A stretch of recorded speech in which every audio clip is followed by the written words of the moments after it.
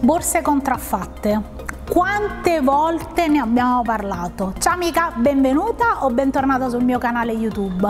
In questo video voglio parlare, approfondire degli aspetti sulle borse contraffatte. Io sono Ornella Uzzino, se non mi conosci sono imprenditrice, produco borse per altri e come missione per il mio lavoro e per migliorare il settore ho deciso di creare delle alternative attraverso le recensioni che faccio sul mio canale YouTube a quelli che comprano borse contraffatte e informare su quello che è la filiera di produzione dei prodotti originali e tutto il resto. Ma torniamo a monte, torniamo a parlare di borse contraffatte, dei luoghi comuni e delle cose che sono emerse durante il periodo di quarantena e che voglio condividere con te, che sicuramente mi aiuterai ad approfondire, a sviscerare seguendo il canale, iscrivendoti, condividendo questo video, insomma dandomi tutto il supporto che come al solito mi dai. Il video non è sponsorizzato dai brand originali contro le lobby delle borse contraffatte, perché sappi che esistono, ma approfondiamo vari aspetti dopo la sigla.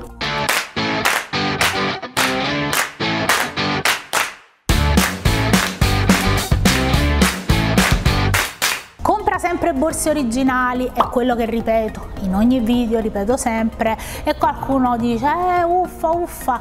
Una delle obiezioni degli ultimi tempi, perché c'è sempre un motivo per criticare qualcuno che porta avanti dei progetti originali o come me che cerca di parlare di borse originali, è il fatto di dire Orne, ma chi se ne importa delle borse, c'è gente che sta morendo, sono problemi loro se comprano borse originali o contraffatte, partendo dal concetto che tendenzialmente questo si chiama avere la coda di paglia, e quindi dici io parlo di altri volendo parlare di me stesso per giustificare e darmi un alibi che compro le borse pezzottate eccetera, oppure io sono una finta liberista e quindi sono convinta che nel mondo tutti quanti dovremmo fare quello che vogliamo, compreso camminare nudi o uccidere persone perché ti hanno risposto male, perché poi la libertà da questo punto di vista si apre a mille spazi. Quindi rimettiamo un attimo in fila le cose.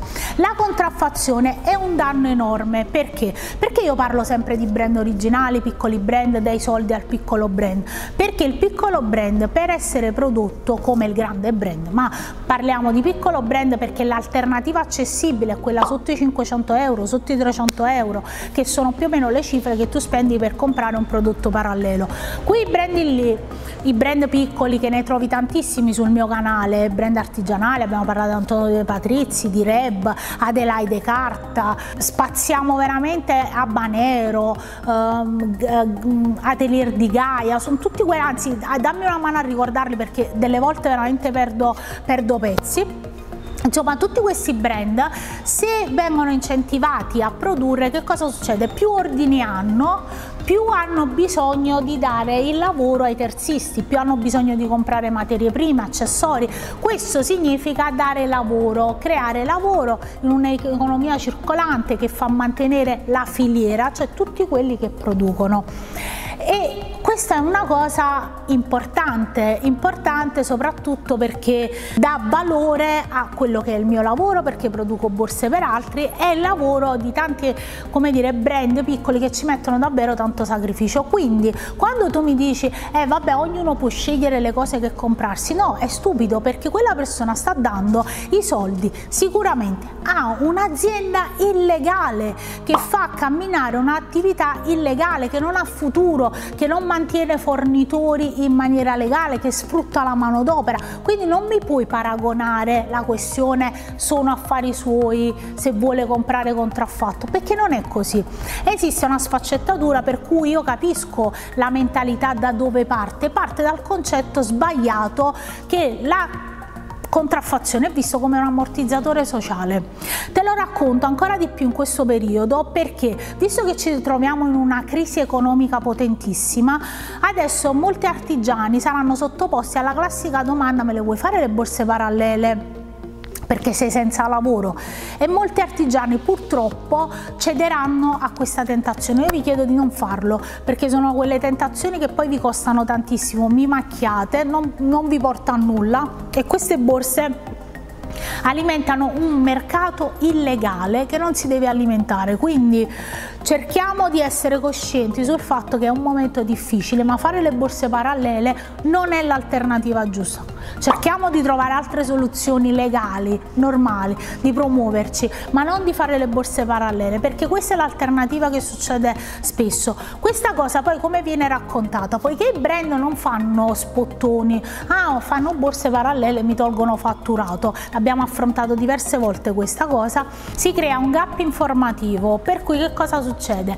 Povero artigiano sta lavorando e ci sta che poi fa le borse parallele e io mi sento giustificata a dargli 300, 400, 500 euro per un prodotto pezzotto, perché sento che sto facendo Robin Hood, sto togliendo soldi a quello ricco che è il brand e li sto dando al povero artigiano.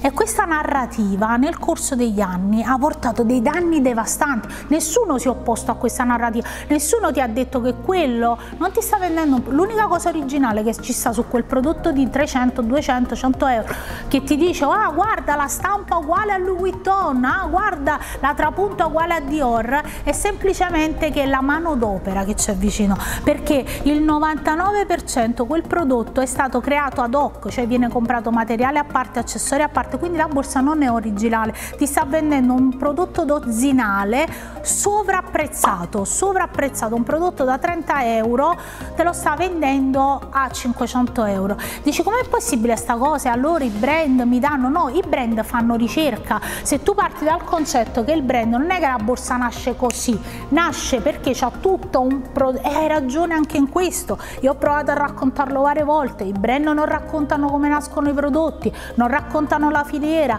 tutto quello che c'è intorno alla creazione di una borsa, hai perfettamente ragione, però adesso è venuto anche il momento di smetterla, di informarsi, di capire che dietro un prodotto contraffatto non c'è niente di buono, non è un ammortizzatore sociale. Poi c'è la questione, la bancarella dove lo compri, il negoziante nel vicoletto dove vai a comprare i prodotti, interi posti del mondo relegati a vendere prodotti contraffatti. Allora tu ti senti giustificato perché dici vabbè comunque dal lavoro e sembra una cosa, cioè crea un alibi, e questo alibi è stato perpetrato nel corso degli anni e ha portato come risultato che la contraffazione non viene vista come un problema serio. Oltretutto che molto spesso qual è l'obiezione? Ma fanno stare le bancarelle, non c'è chi li arresta, questi sono illegali, vendono prodotti illegali, fanno tutto illegale, eccetera eccetera, e uno si sente autorizzato a dire povero Cristo, perché purtroppo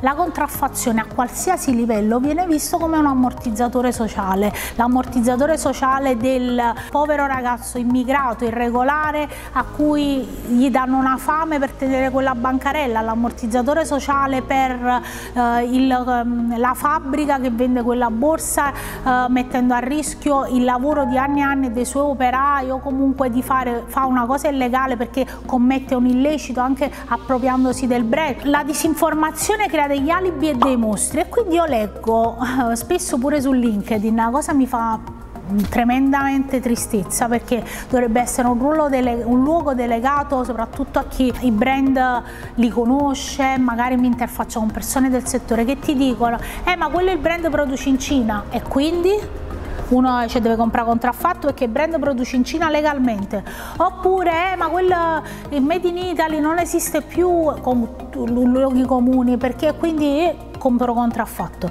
e quindi ma quello se prima il brand che copia, allora io perché devo comprare, questa è un'altra obiezione che ancora devo ben capire perché uno deve fare. La cosa più bella che riescono ad accostare è quando fanno il brand fa la borsa a 50 euro dall'artigiano e la vende a 2000 euro, e a volte me lo scrivono designer o gente che conosce tutto il processo produttivo, dimenticandosi di tutto quello che c'è dietro e che poi nessuno impone l'acquirente di dire mi compro quella borsa a 2000 euro? Nessuno, non ho mai visto nessuno, guarda devi andare a comprare una borsa se no ti sparo. Cioè voi avete cognizione di gente che è stata minacciata per andare a comprare borse di 2000 euro? Io no. Quindi fin quando è una scelta, tutto quello che viene detto a supporto di una scelta sbagliata si chiama alibi, si chiama non volersi assumere la responsabilità che stai dando i soldi alla criminalità, che stai aiutando gente che fa illegale, che fa concorrenza sleale ai terzisti che pagano le tasse,